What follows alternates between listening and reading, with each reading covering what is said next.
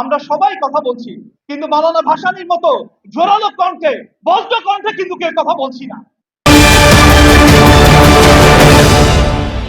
1961 সালে কিন্তু ফারাক্কা বাঁধ নির্মাণ শুরু হয় এবং শেষ হয় 1975 সালে।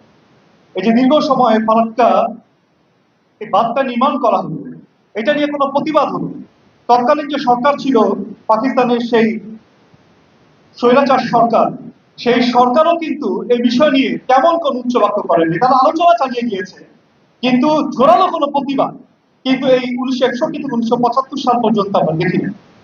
প্রতিবাদটা করলো কে? প্রতিবাদটা করলো একজন মহানায়ক, তিনি হচ্ছেন মজদুম জননেতা মাওলানা আব্দুল হামিদ খান ভাসানী।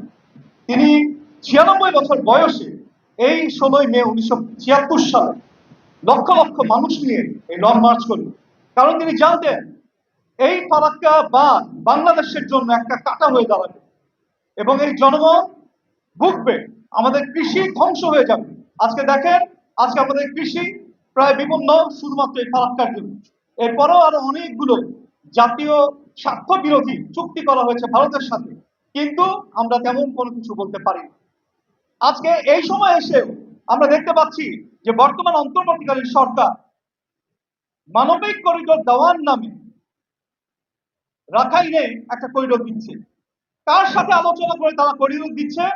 এখানে জাতীয় ইস্যু জড়িত, আমরা সবাই কথা বলছি, কিন্তু মাওলানা ভাসানীর মতো জোরালো কণ্ঠে, বজ্র কণ্ঠে কিন্তু কেউ কথা বলছি না। আমাদের উচিত এই জাতীয় ইস্যুতে অবশ্যই এমন কোন একটা অনুষ্ঠান করা, যে অনুষ্ঠানের মাধ্যমে সারা বাংলাদেশের মানুষকে আমরা একত্রিত করতে পারি। 5 আগস্ট আমাদের একটা নতুন দ্বার উন্মোচন করেছে, আমরা নতুন পথে হাঁটছি।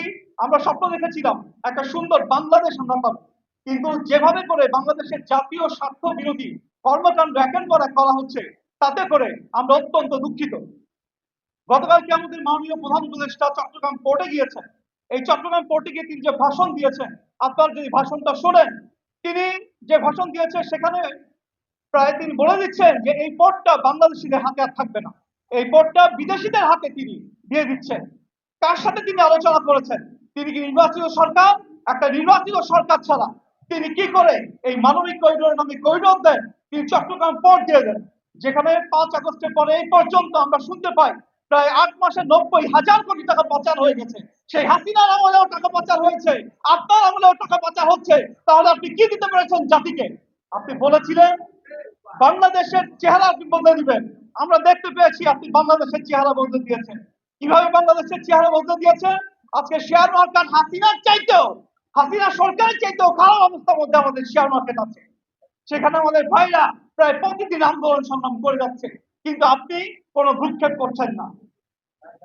আজকে যেভাবে করে আমাদের অর্থনীতি বিপন্ন, আপনি বলেছিলেন বাংলাদেশের বিনিয়োগে আপনি বিনিয়োগ আনতে পারবেন আন্তর্জাতিকভাবে, কিন্তু আমরা দেখেছি 5 আগস্টের পর থেকে বাংলাদেশের সকল বিনিয়োগ কমে গেছে।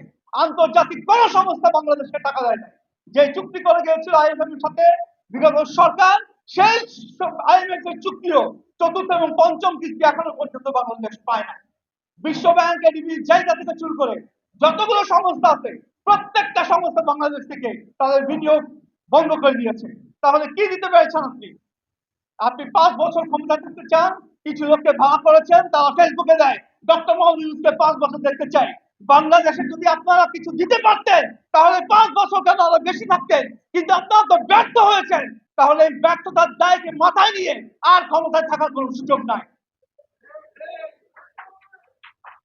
আমরা দেখেছি বিগত রমজান মাসে আমাদের যারা শ্রমিক ভাইরা আছে, প্রায় 30 লাখ শ্রমিক তারা বেতন ভাতা পায় নাই। প্রায় 2 লক্ষ যারা প্রাইমারি স্কুলের শিক্ষক আছে, তারা তাদের বেতন ভাতা পায় নাই। তাহলে কার জন্য আপনি সরকারে আছেন? কার জন্য আপনি রাষ্ট্র ক্ষমতায় আছেন? বাংলাদেশের জনগণ কিন্তু জবাবদিহিতা দিবে। বাংলাদেশের জনগণ যেমন আপনাকে ক্ষমতায় বসাতে পারে, ঠিক তেমনি ক্ষমতাকে নামাতেও পারে। অতএব অবিলম্বে একটা সুষ্ঠু নির্বাচন দিয়ে গণতান্ত্রিক প্রক্রিয়ায় এই বাংলাদেশের জনগণকে ফিরিয়ে দেন।